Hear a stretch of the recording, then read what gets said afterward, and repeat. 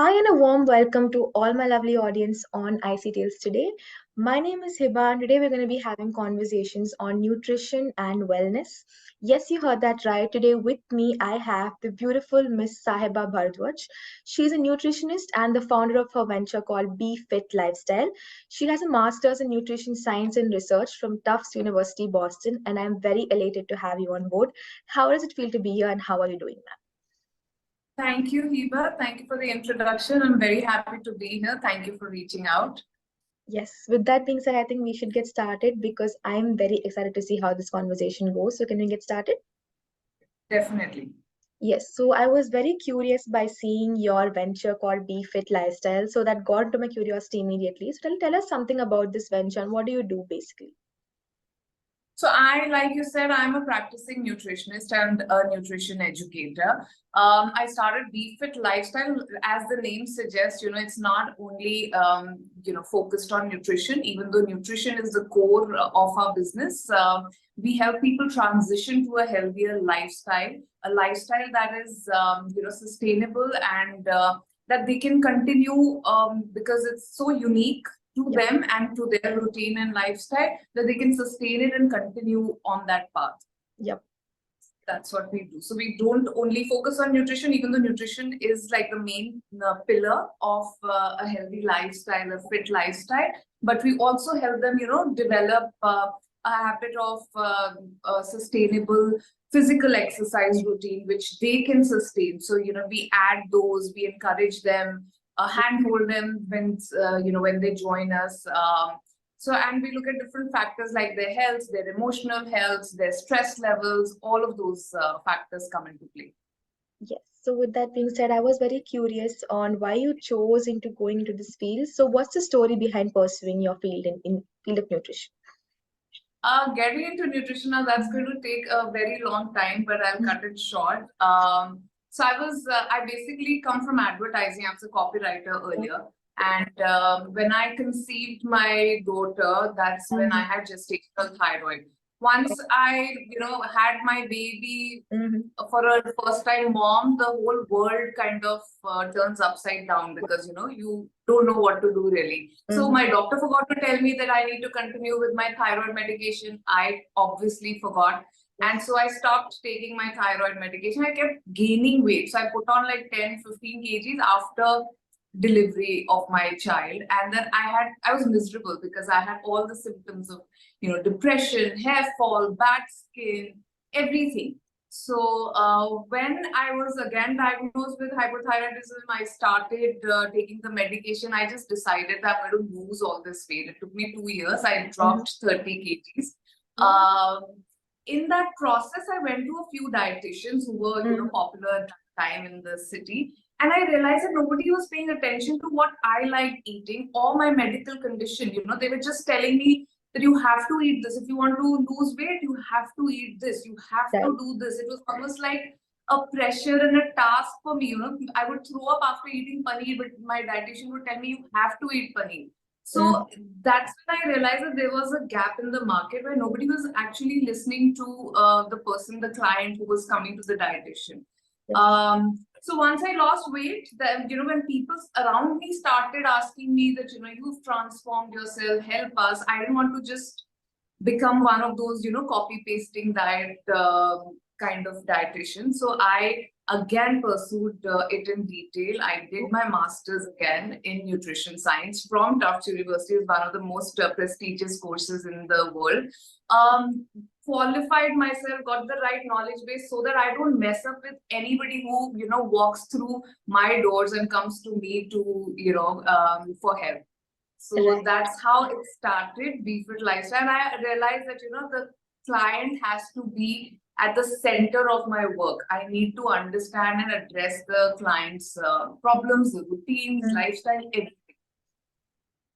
Like how So, they yeah. say that we need a bad situation to figure out what we really need in life. Your story did bring out the best in you, so very, very happy to know that. Great job on that. So with that being said, let's move on to our next question. So I'm sure when people want to go on a diet with a nutrition, they would think of so many different things. So what should one look when planning to go on a diet with a nutritionist?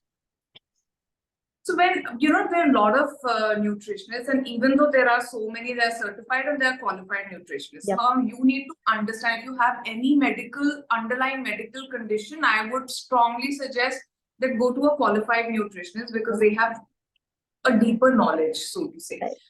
and they can help you better. Secondly, I really want to urge people to not look for shortcuts and instant results, because there will be some dietitians who will put you in calorie deficit, and I feel Right. sorry for those dietitians, really, because it's the work pressure. Right. They don't intentionally want to do this, but because of the pressure from the client that I have to lose 2 kgs this week, they will put them in calorie deficit, which is not going to help them in the long run. So please, I would say, stay away from fat diets, stay away from crash diets, stay away from any kind of a diet which removes the food group, which is not balanced. Right. Anything that tells you don't eat fruits and vegetables, stay away from that. Anything that tells you need to drink 4 to 5 liters of water, otherwise the diet will not work, please stay away from all this, because in the long run, this will not help. Right. So yeah. I think that was very, very insightful, because not many people knew about this, but I think through your sayings, our audience will get lot more insights on this. So thank you very much for your thoughts on that. With that being said, our next question is about weight loss. So I'm sure you know that a lot of people, they are behind this craze of losing weight and maintaining a good figure. And in this process, they sometimes choose the wrong ways to lose weight. So what do you have to say about the right ways of you losing weight, and how important is it? So firstly, get on a diet plan which suits your routine, your food preferences, takes into account your lifestyle, and it doesn't disrupt your lifestyle completely. So if there is somebody who socializes a lot, if you tell them कि नहीं घर का ही खाना खाना है, you have to eat khichdi only for lunch every day, they will not be able to sustain it, right? Because that's not their lifestyle. Somebody travels a lot, you tell them no, you have to eat home cooked food, they will not be able to follow it. So find a diet which you can sustain. Secondly, find a diet that is balanced. It has to be balanced. When I say balance, it needs to include all the food groups. Right. It needs to have carbohydrates, fats, proteins, and all the micronutrients. Don't go for something which is like a fat diet, which will help you drop 1-2 kgs, because that's only water weight that you will lose. Secondly, make sure that your protein intake is in check. Follow a routine where there's a balance. So 80% of the time you're eating clean, and if 20% you need to eat out, that balance needs to be there. So only this kind of a balanced, approach is going to be sustainable. And then second is being consistent. Again, don't look at it, it's not like we wake up one day in the morning and we are 10 kgs overweight. Right. You put on weight over a period of time. So you will take some time to lose that weight also. So just be patient, be kind to yourself, and be consistent with whatever you pick up. I really liked how you said to maintain that consistency and be kind, because I think that's very, very important. So thank you very much for sharing your thoughts on that. With that being said, let's move on to our next question. So I was very curious to know if you also work on child nutrition, and do you provide diet plans to children? If yes, please talk to us about it. So child nutrition is extremely important. Nutrition is important at every stage of life, and it starts from, I would say, when the baby is growing in the mother's womb. That's when we actually start looking at the child's nutrition, and which is why we say that women need to be eating well and be healthy, so that they can produce healthy children.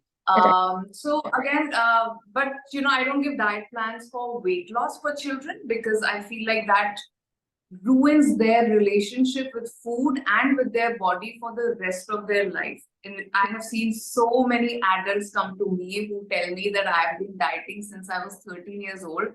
And I mean, I feel sorry for them, and I, just want to kind of give them a very warm hug, because I feel it's so sad. I have a 13-year-old, and I would hate to put her on a diet.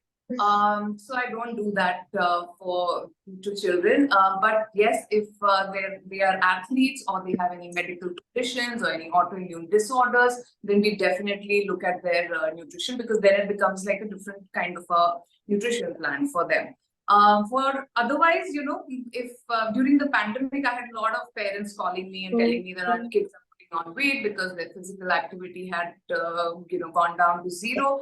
So I did one-on-one consultations, one-time consultation with the parents and the child on board.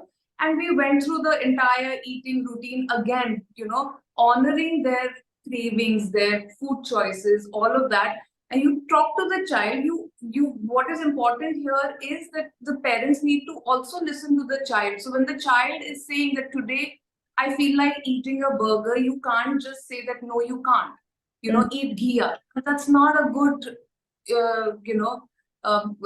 combination, or it's not a good alternative. For Right. somebody who wants a burger, you can't give them ghee or like some other boring vegetable. So Yeah. you need to understand how to communicate with your child, how to honor their cravings also. Then they come on board. They're okay. Mm-hmm. They are okay. Okay, I'll eat a katori of ghee and then I'll have the burger. It's Right. sorted. So, you need to just understand how to deal with them. Very, very interesting approach, I must say. But the top two keywords that caught me was craving and alternatives. So it brings me to my next question automatically. So right now, a lot of people, they crave for so many things which are unhealthy, like junk food and other things. So do you think there's any alternative option to all these things which can make their cravings and satisfy them? See, why cravings happen. There are two reasons. One is, you're just craving something at some time. That women do start, have these cravings Yep. before their menstrual cycle. So your hormones are kind of playing. So you feel the need to eat, or, all these desserts or unhealthy food, as we call it. I don't like to call them unhealthy food. I call them sometime food.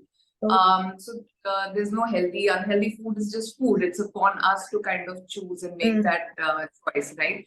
Uh, but so when people start craving, usually if you see that, raat ko after dinner, I start craving things. It's probably, so when we look at their eating pattern through the day, so they tell me that, mm, oh no, I don't skip breakfast and I start with lunch and I'm not eating anything. So when you're not eating sufficient calories in the yeah. first half of the day, your body is going to ask for that those calories Yes. eventually, right? And then when you are at night, you don't know, you are unable, when you've not given your body enough nutrition, enough number of calories from nutritious food, it's going to start asking you for something. And that's when you start, you don't know what to eat, so you are drawn to all these high carb, high sugar foods. Yep. So that is one thing. Second is, if you don't have enough protein in your diet, you're going to start craving. Mm, Thirdly, there are some nutritional deficiencies which can lead to that, so you need to address all of those.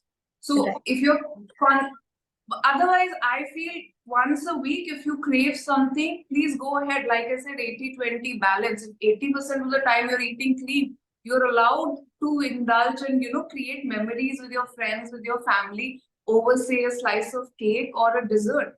I mean, it's absolutely normal. But if that starts happening every day, then you need to start asking yourself these questions. Am I getting enough protein? Am I eating sufficient calories through the day? Or do I have some nutritional deficiencies? Or one more thing, am I suffering, or am I feeding some emotion? Am I trying to run away from some emotional need that I'm actually just feeding with, cake or chips or something, or ice cream? So Mm. you just need to ask these questions. Balance is all that you need to sum up the whole answers. So I think it was very, very insightful. But if someone wants to live a healthier life, what is something that they should focus on if you just had to name any one thing? So there's no one thing. If you want to live, when I say a healthy lifestyle, it's basically a lifestyle which Mm-hmm. will lower your risk of developing certain diseases, right? Right. And helps in, gives you good cognition, your movement is good. So it's longevity, but Mm-hmm. with quality, right? Now, when you have to do this, I would say you start with sleep, focus on your sleep, hydration, nutrition, exercise, and in this order. So first is sleep. When I say sleep, just start focusing on one thing in each segment. So for Yep. sleep, start looking at 6 to 8 hours of good night sleep. When I say hydration, look at 2 liters of water through the day, or Right. you can also do one glass or one serving of fluid can be in a form of electrolytes or lemon water with a pinch of salt or vegetable juice, etc., so that you get all those electrolytes, or coconut water also. Thirdly is nutrition. Please, if you have to focus on one thing when you are trying to change or adopt a healthier life, make this one change. Start eating at least one meal which is home cooked.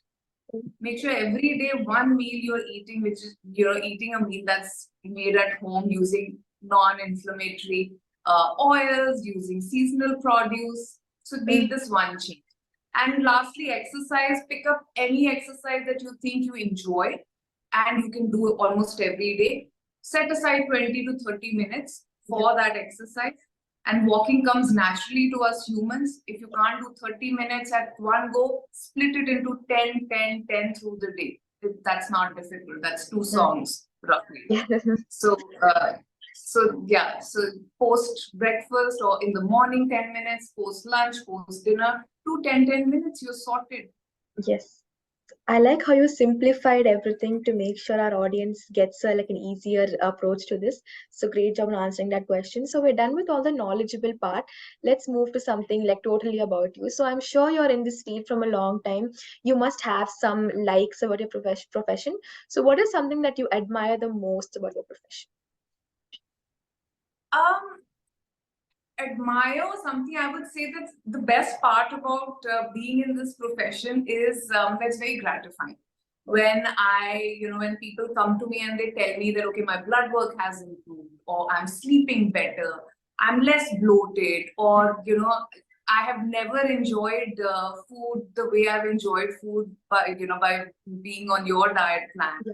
Or, when they tell me that my medical condition has improved, all of those things, and also, of course, I look better, I feel more confident, and ABC has healed, whatever. So when they come back with a positive thing, it's really, really gratifying. I feel blessed that, I at least, I was able to help people achieve certain things that they were looking for when they came to me. Yeah, I could see how your face immediately went to a very bright smile when you were answering that question. Shows how happy you really are in this profession. So I'm very, very happy to know that. With that being said, we now come to the last question, a very, very optimistic question. So you can be as open as possible. So I'm sure in the field of nutrition, you've been here for a while, and I'm sure you have a lot of future plans and goals. So if you want to share one or two, you can please do. Then how do you plan on achieving those goals? Yes, so I've been in this field for the past 10 years, and it's a very big surprise for me because before this, I used to switch jobs after a year. I used to be like, okay, I'm bored, I'm done. I need some more, something more stimulating. But this is something that I really enjoy, and working with like I said, every client is a different client. They come with their own unique set of ideas, their fitness goals and lifestyle, all of that. So every client is a new client for me. So I think that's kept me consistent. Future plans, a lot of future plans, a lot of things that I want to do. There are certain things in the pipeline, a lot of collaborations coming up. I already did a TV show. I have a TV show called Healthy Tales with Sahiba, which we shot last year. Yeah, and there's a book in the pipeline. There are certain other things which I don't want to disclose right now because let them materialize and you will know. Yes. So yeah, but yeah, everything, just the intent here is how can I help people live a healthier, better life in a very simple way. So whatever I do, it's just going to be in a way that simplifies nutrition for people. Yes, it's always good to leave us with some suspense because I'm really looking forward to what you're going to do next. So I'm going to be keeping an eye on your page. So with that being said, thank you very much. And on behalf of the team of Icy Tales, we wish you all the very best for all your future goals and projects. All the best, and thank you very much for giving us your time today, ma'am.